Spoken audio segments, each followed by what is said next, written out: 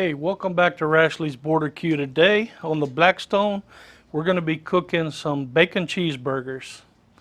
We're going to be using Chupacabra Brisket Magic and Chupacabra Chop House Blend. Let's get started. First thing we're going to do is cook up some bacon. Put just a little oil to get us started. Man, that's some mighty thin bacon.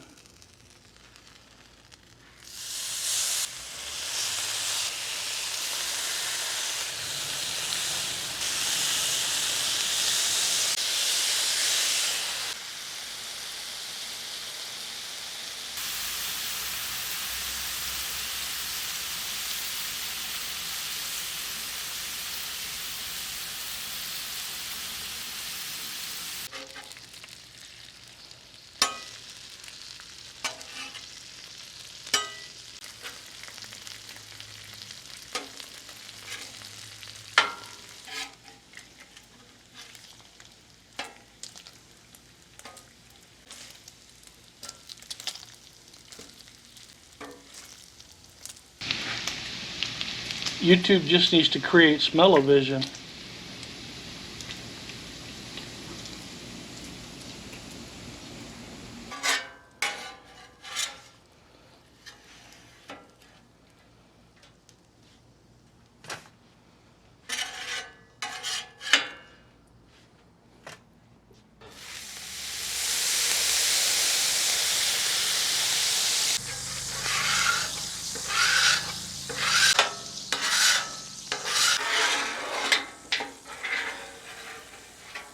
These patties are already weighed out and made. They're about 1/3 of a pound each, just under 1/3.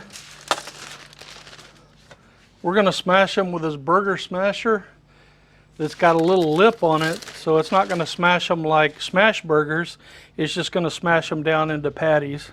I think I'm going to leave it on low so they can get done on the inside without over crusting the outside. I'm going to put some oil down. I know hamburger has a lot of fat in it, but we want to give them a head start, make sure they don't stick.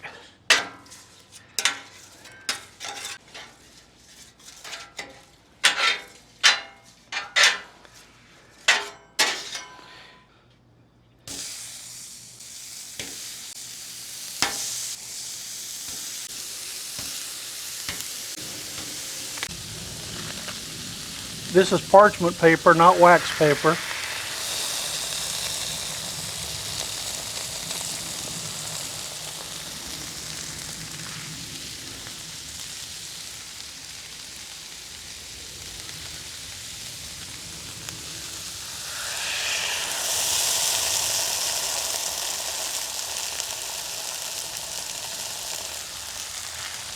Just to keep the burgers from sticking to the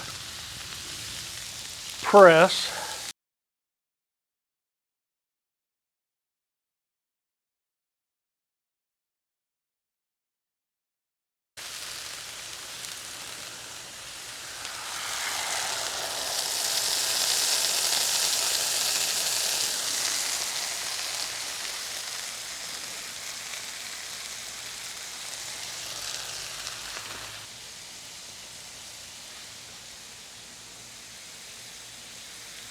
Brisket Magic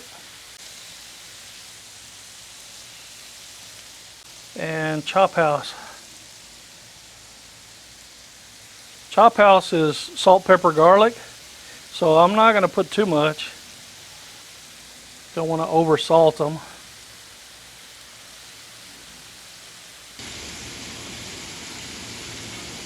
And if you know your Chupacabra, you know that's a standard label for regular Chupacabra. But if you look real close, there's a BM on top. I just reused the bottle and put some Brisket Magic out of a large container in there.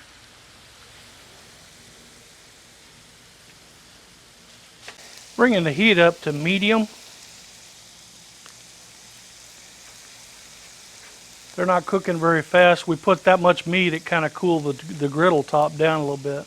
They're starting to puff a little in the middle. I'm going to put a little cavity right there.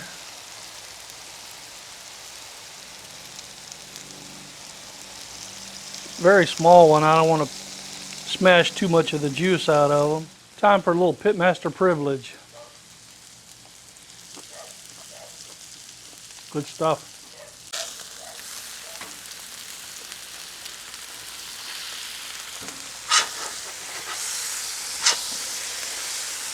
The front of these grills is a lot cooler.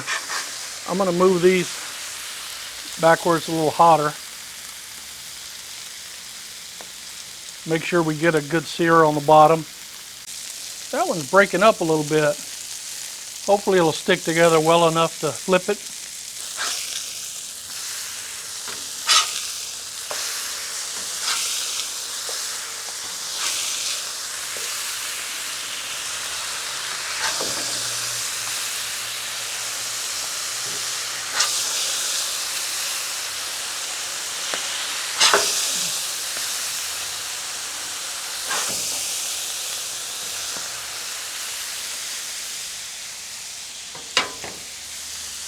Good deal.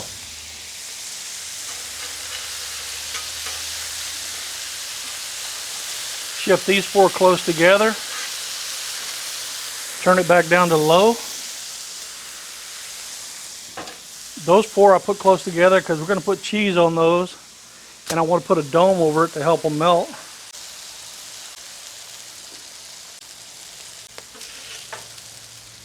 A little piece of one of those burgers broke off. More pitmaster privilege. Oh yeah, that's good.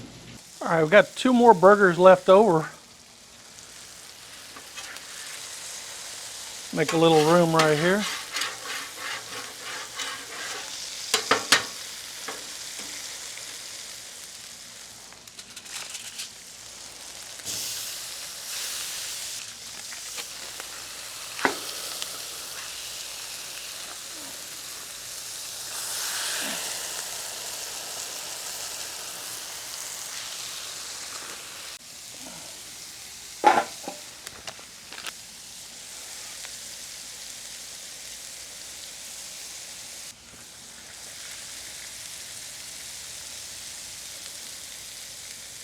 Little trick, these lids get hot.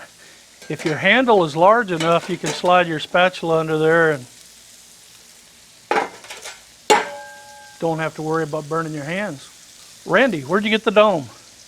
That dome came from some pan my wife had bought, and we don't use the lid on the pan, so I commandeered it, so to speak.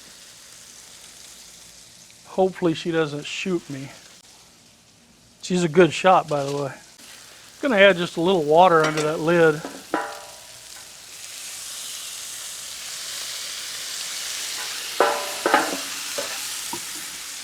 Steam will help melt that cheese.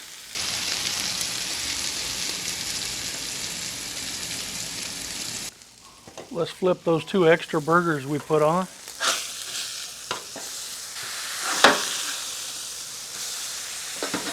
Take a look and see what we got. Yep. Yep.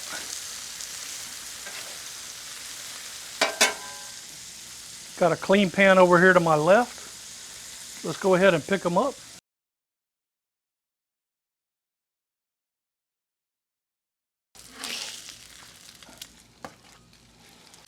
Had all of those meatballs in the freezer, letting them get firm. They held together pretty good. These that sat there for about 10 minutes after we brought them out, this one fell apart. So that's a little trick too. If you want to firm up your meat patties or your meatballs so they don't fall apart as easily, put them in the freezer. Don't freeze them, but let them get nice and firm before you put them on the griddle. Go ahead and turn this off. We're going to go inside and fix some burgers, and I'll come back out here and clean up the grill.